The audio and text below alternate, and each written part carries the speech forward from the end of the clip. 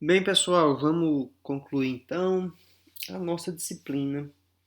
E para a conclusão da disciplina, eu preparei aqui para vocês um material com revisão do assunto todo que nós levaremos para a prova.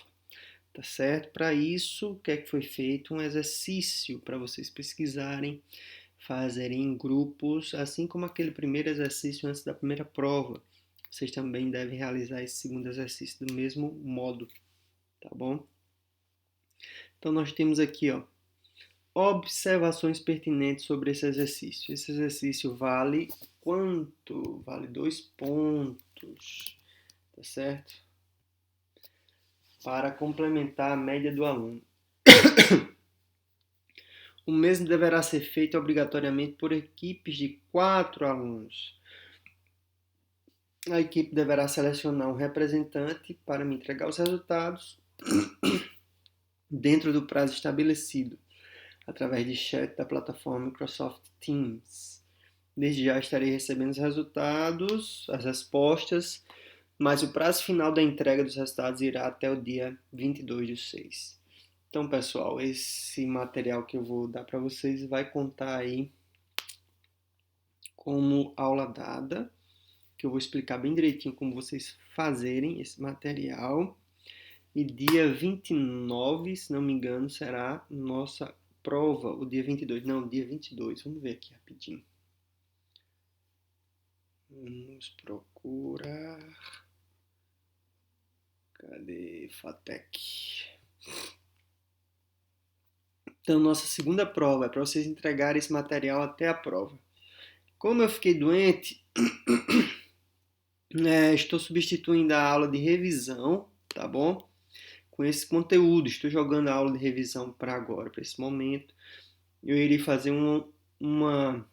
apresentar esse material para vocês e servirá como revisão para a prova também, porque tudo que eu tratar aqui será levada para a prova, cada uma dessas questões, e irei explicá-las direitinho para vocês ficarem com noção de como resolvê-las, tá bom? Os seminários que começariam nessa semana, infelizmente foram adiados por conta da doença que eu tive. Então, semana que vem nós iniciamos a questão dos seminários, certo? Então vamos nessa. Então é o seguinte, primeira questão. Hoje estamos imersos no mundo tecnológico. Tablets, smartphones, smart TVs e computadores estão à nossa volta. Explique semelhanças internas entre estes dispositivos citados acima que os mostram como dispositivos digitais. Então, o que é que eu quero? Quero que vocês façam comparações do que tem em tablets, do que tem em smartphones, do que tem em smart TVs e computadores que os colocam no mesmo conjunto de dispositivos digitais. Para tanto, vamos aqui, ó. Nós temos 2 aulas que eu reservei para vocês, que nós passamos em sala de aula. Então vocês vejam o que é que tem um tablet, o que é que tem um smartphone, o que é que tem um computador, o que é que tem mais o quê? Vamos ver. Tablet, smartphone, smart TV e computador, tá certo? Em comum. Então eles têm o quê? Eles têm dispositivos em que a gente acessa, envia dados para dentro deles. Então nós temos, por exemplo, controle remoto de uma Smart TV. A gente envia dados para a memória para que esse dado seja processado na CPU. Depois de processamento, vai novamente para a memória e nos é retornado pela tela. E um smartphone. Smartphone nós temos uma tela multitouch em que a gente pode digitar valores para entrar na memória desse dispositivo e receber isso através da tela também, os resultados, certo? Então, se a gente observar, eles são todos, né? Smartphone, Smart TV, tablet e computadores, eles são o quê? Eles são nada mais do que computadores que tem esse desenho, né, de entradas e saídas, processador e memória, tá bom? Então eles possuem o quê? Possuem uma arquitetura interna de chips, de circuitos, tá certo? Para efetuar o controle das entradas, o gerenciamento da energia e os processamentos internos, tá bom? Então quero que vocês citem essa semelhança entre esses dispositivos tecnológicos hoje em dia, para que a gente possa perceber que, no fundo, eles são computadores que respondem da mesma forma, tá? Possuem entradas, memória, processamento e saída de dados, tá bom?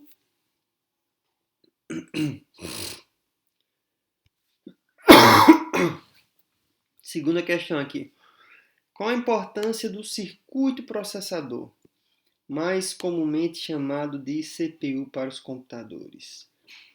Então, meus queridos, a gente frisou, a gente estudou sobre a importância do processador, né? O processador que é justamente o cérebro dos cálculos complexos lógico-aritméticos dessa máquina robusta que é o computador. Então, o processador ele faz bilhões de cálculos por segundo. A gente calculou isso na sala de aula através de pesquisas de processadores na internet. E qual é a importância dele? O que é que vocês acham? É justamente moer essas informações, moer os dados de entrada, processar, né? Para nos entregar um resultado no tempo hábil, ou seja, no tempo mais curto possível, tá certo? Então, ele efetua, tem o poder de calcular contas, atividades lógicas e aritméticas complexas no sentido de muito robustas em um piscar de olhos.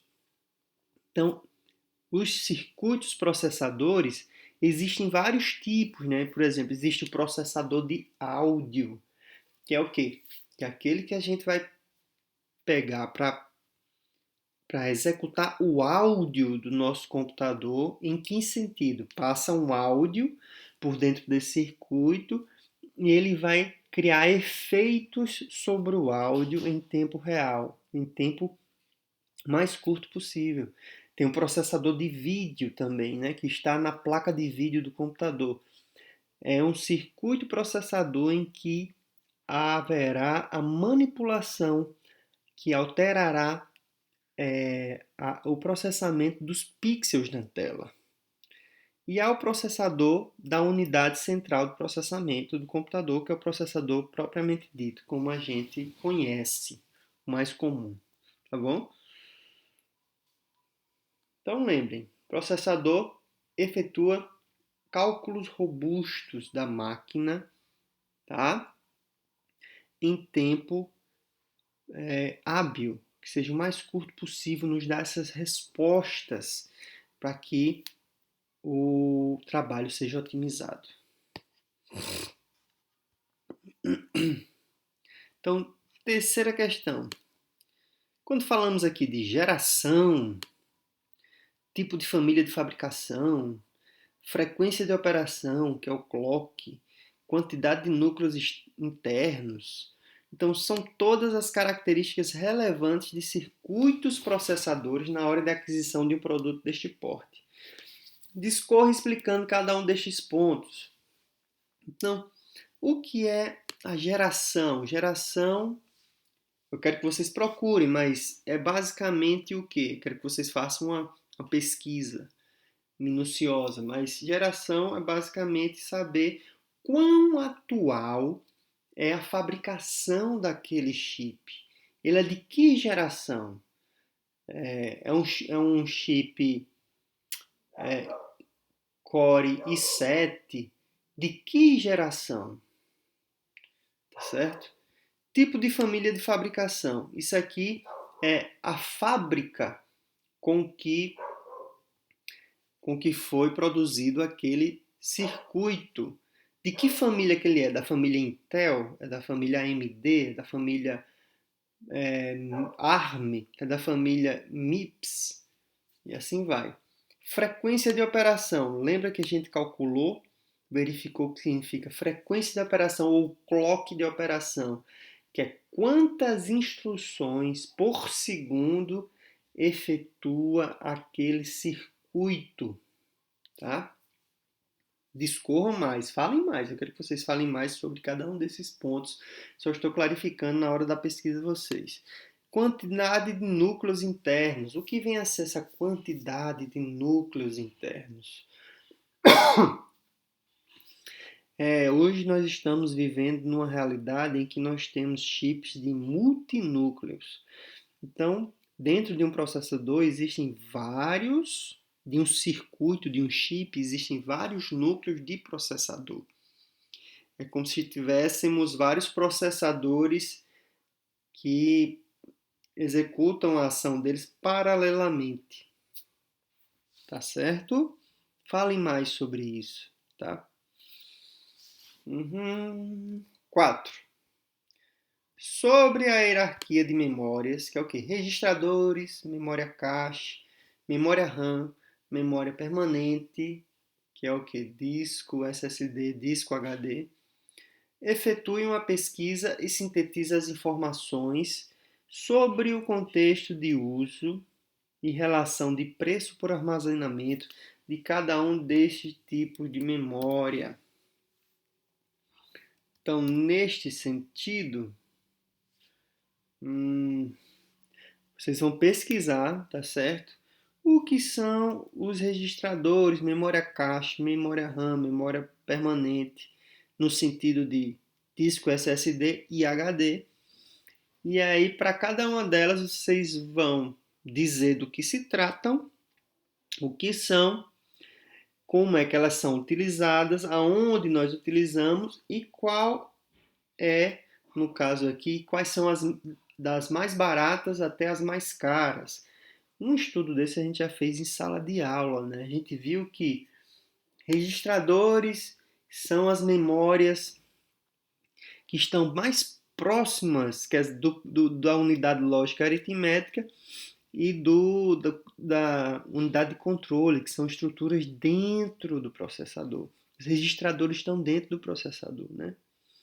Eles são pouquíssimas memórias que tem dentro ali do registrador. Algumas vezes, hoje em dia, está por volta de 64 registradores de 64 bits, tá?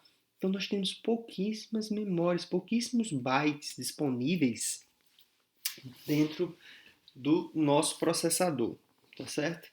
E por que elas são tão caras? Falem aí.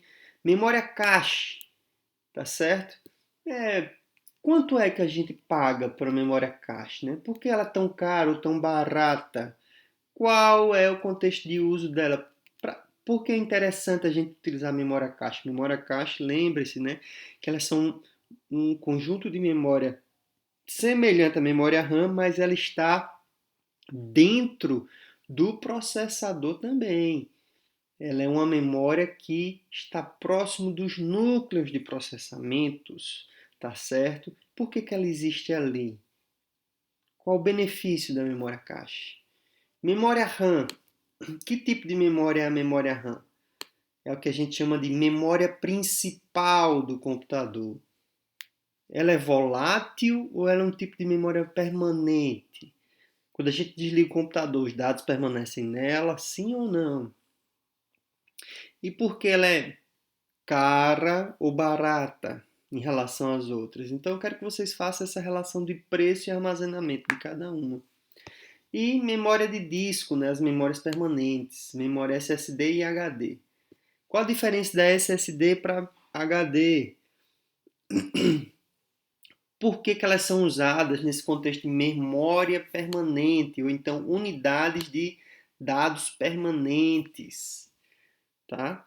E por que que elas são mais baratos, os tipos mais baratos de memória? Façam aí uma relação de preço por quantidade de armazenamento, tá certo? É isso que eu quero que vocês mostrem. Quinta questão. Explique o impacto causado por termos atingido os limites de otimização da tecnologia de processadores. Vocês sabem que eu expliquei para vocês que as tecnologias foram diminuindo ao longo do tempo. O transistor, que era muito grande, ele foi diminuindo, diminuindo. Ah, inventou-se o transistor. Aí ele foi diminuindo. Ah, agora ó, dá para a gente criar portas lógicas com, vamos dizer assim, algumas dezenas de transistores dentro de um pequeno bloco. Aí ele foi diminuindo, diminuindo, diminuindo, aí, opa, agora já dá centenas de transistores dentro do bloco, porque os transistores foram diminuindo. Aí o circuito integrado foi inventado. O circuito integrado foi inventado quando cabia assim, milhares de transistores dentro de um bloquinho, de um chip. E a tecnologia foi diminuindo, diminuindo, diminuindo, de tal forma que hoje nós temos bilhões de transistores dentro de um único chip. Mas acontece em que a gente atingiu o limite dessa otimização. O que foi? Que a gente atingiu um ponto em que não dá para diminuir tanto quanto antes. Então, essa diminuição, né, esse benefício da otimização, ele era crescente numa velocidade que dava para prever que, por exemplo, daqui a um ano e meio, os computadores vão evoluir.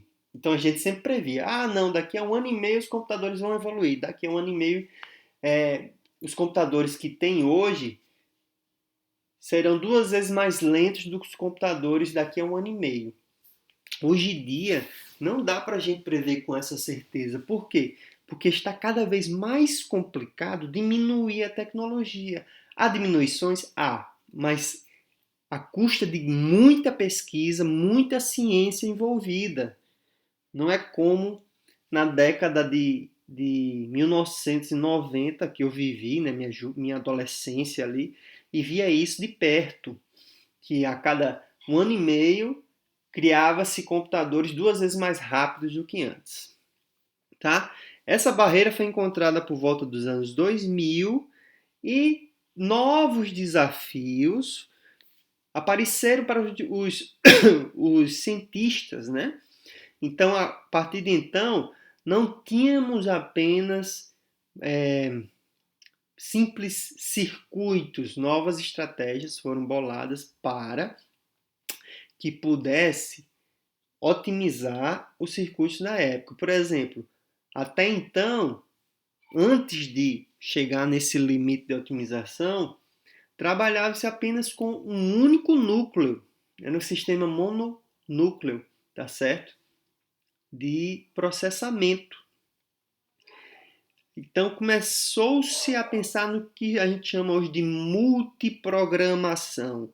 E o que vem a ser multiprogramação? São vários núcleos dentro de um mesmo circuito. E o que é que cada núcleo desse faz? Pesquisem, tá certo? Quais são os desafios da multiprogramação? Palavrinha-chave. Quais são os desafios com paralelismo? Procurem multithread, tá? Multithread em circuitos, né? Hoje nós estamos com multinúcleos ou multicores, como a gente chama, mais de um núcleo por circuito. E para que serve, né? Serve para a gente transformar a programação, o processamento paralelo. Enquanto um núcleo está processando uma boa parte do que o computador precisa, do que o usuário precisa, o outro núcleo está processando outra coisa. Então, essa abordagem do multinúcleo veio para tentar otimizar, tentar deixar rápido, já que os limites da tecnologia de otimização por redução da tecnologia estão cada vez mais, já atingiu-se, né? Mas essa redução está cada vez mais lenta de acontecer. tá certo? Então, explica o que isso acarretou, né? Antigamente, por exemplo, os programadores, eles faziam código e se o software fosse lento, ele ia dando manutenção até que em 1 ano e meio ele tinha certeza que o software dele ia ser 2 vezes mais rápido do que hoje, tá certo? Porque as máquinas seriam 2 vezes mais rápidas. Hoje em dia não. Hoje em dia ele tem que ser um software grande, ele tem que saber explorar bem esse benefício do paralelismo, das threads de programação. Como é que se dá isso? Procurem, pesquisem, tá? Tem um pouco no material que eu vou passar para vocês. Mas procurem por outras fontes também, tá bom? Questão 6. O que são softwares de aplicação? Então, mostrei para vocês, né, que nós temos 3 camadas dentro do computador. Nós temos o hardware pesado, temos uma camada intermediária de softwares de sistema e uma camada externa que é onde o usuário geralmente vai usar a máquina pelo software de aplicação. Então, o usuário vai utilizar o potencial da máquina a partir dos softwares de aplicação. Então, para que aplicação que o usuário deseja trabalhar? Qual é a aplicação do usuário, né? Qual a aplicação que ele deseja utilizar aquela máquina? Então, você pense nisso. Softwares de aplicação são aqueles softwares que servem o usuário para resolver um determinado problema. Então pense, o que são softwares de aplicação e cite os exemplos desse software. Cite exemplos, né? Da mesma forma, o que são softwares de sistema operacional? Então, nesse universo de softwares de sistema, existem os sistemas operacionais, que fazem o meio de campo entre o hardware da máquina e aquilo que os softwares de aplicação que o usuário está executando no momento pede. Então, o usuário, através de softwares de aplicação, pede para o hardware da máquina executar determinadas tarefas, tá certo? Pede para a placa de vídeo executar uma tarefa, pede para a placa de som executar uma tarefa, pede para o processador principal da máquina executar uma tarefa, para a memória guardar determinados cálculos, valores, pede para os dispositivos como impressora executar a tarefa. Então, tudo isso tem que ser controlado por alguém. Quem é que ajuda a traduzir esses pedidos que o usuário faz no software de aplicação para o hardware? Aí é que mora o sistema operacional. O sistema operacional é um software que faz o controle dessas demandas entre o hardware e o usuário. Ele traduz os sinais que o usuário quer para uma linguagem do hardware e pega aquilo que o hardware vai entregar para o usuário e traduz para o software de aplicação. Então, pesquisem mais sobre isso e tragam exemplos. Qual o papel de um compilador de linguagem de programação de alto nível? Vocês veem que vocês estão trabalhando com uma linguagem de alto nível, a linguagem C, e vocês já ouviram falar, devem ter ouvido falar, o professor Rosica falar muito sobre compilador, né? Pega o compilador, executa o compilador. O compilador, ele vai pegar aquele código que vocês transformaram em linguagem de alto nível, vai pegar aquele código que vocês construíram o passo a passo e vai transformar aquilo para o que a gente chama de código objeto, tá certo? Ele vai transformar aquilo para um código executável, um código binário. Então ele segue 2 passos. Primeiro ele transforma para um formato em que o sistema operacional reconhece, que é pegar e transformar para um código assembly. O que é o código assembly? É um código intermediário em que ele entrega para o sistema operacional e o sistema operacional ele vai construir também, vai a partir das bibliotecas do sistema operacional, ele vai compor boa parte desse código também. E aí, após isso, o compilador executa o assembler, tá certo? Lembrando que assembly é linguagem de baixo nível que a gente chama, tá? É uma linguagem de baixo nível ou linguagem de montagem, código assembly, linguagem de montagem. E aí, o assembler, que é o montador, ele vai pegar aquele código assembly e fazer uma tradução direta, uma interpretação, tá certo? Ele não vai fazer uma compilação, ele vai apenas interpretar. Por quê? Para cada código assembly há um respectivo binário. Então ele vai interpretar o que é assembly para binário e criar o código binário, que é zeros e uns, que é uma forma que a sua máquina, o hardware da sua máquina, o seu processador compreende. Então é assim que o compilador trabalha, traduzindo aquilo que a gente criou em alto nível para código de máquina, tá bom? O que são dispositivos de entrada de dados?